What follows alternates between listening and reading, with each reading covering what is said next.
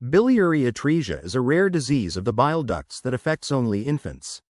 Bile ducts are pathways that carry a digestive fluid called bile from the liver to the small intestine. Once there, it breaks down fats and absorbs vitamins.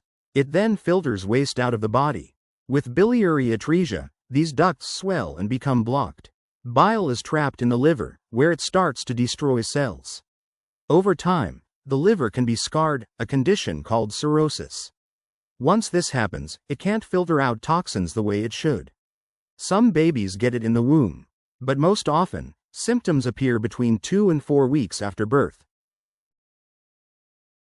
Causes. Doctors believe a number of things may trigger biliary atresia, including change in a gene, problem with the immune system, problem with the way the liver or bile ducts develop in the womb, toxic substances, viral or bacterial infection after birth.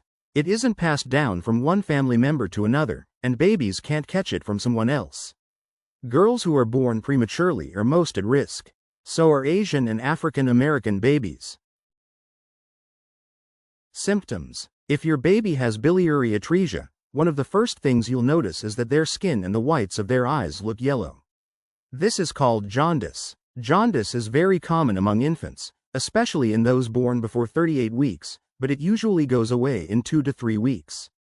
Jaundice caused by biliary atresia lasts longer than that. Their abdomen also may swell, they'll have gray or white stools, and their pee will be dark. This happens because their liver can't process bilirubin, a reddish-brown substance that's made when red blood cells break down. It's what gives poop its brown color.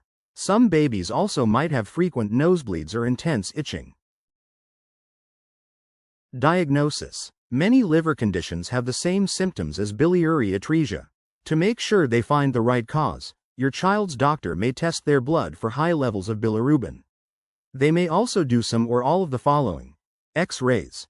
A small amount of radiation creates a picture that's recorded on film or a computer. This checks for an enlarged liver and spleen. Ultrasound.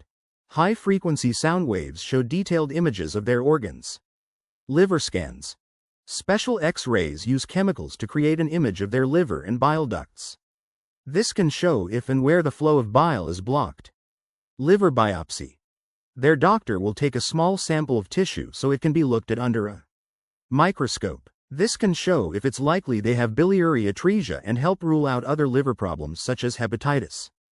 Diagnostic surgery. They'll be given medicine to make them sleep, and their doctor will make a small cut in their stomach area so they can look at their liver and bile ducts. Treatment. The most common treatment is the Kasai procedure. It's done if the blocked bile ducts are outside the baby's liver. During the operation, your baby's surgeon will replace the blocked bile ducts with part of their intestine. This lets bile drain from their liver through the new duct and into their intestine. If it's done before your baby is 3 months old, the surgery has about an 80% success rate.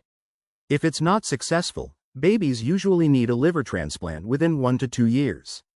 If the blocked bile ducts are inside the liver, medication may help get rid of bile, and vitamin A, D, and E supplements may be prescribed.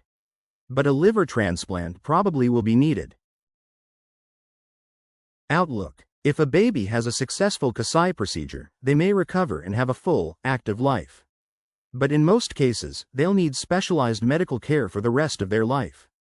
Eventually, they may also need a liver transplant.